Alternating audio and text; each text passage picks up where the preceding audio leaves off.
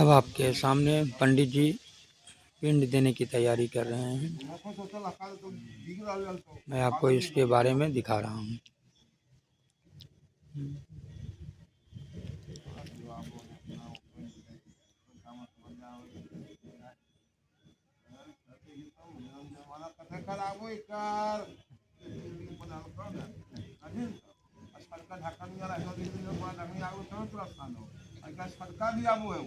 उसे लाभ है बन गए अरे को मुठी चौना में तो ही तो नहीं पता बचीला तो बचती है हमरा अरे यार इतनी बड़का लाभ है अरे दे 8-10 रुपया में 12 रुपया में कितना बच जी कितना बच ये करने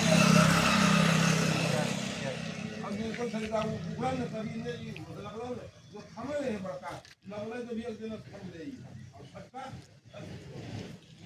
तो गडवे या जे बनाबो ओकरे में पूरा का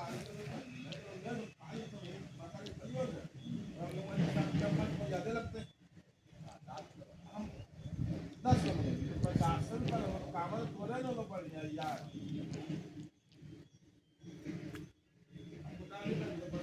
मकान बनाना तो भाग जिम्मेदार तुम हम करिए तो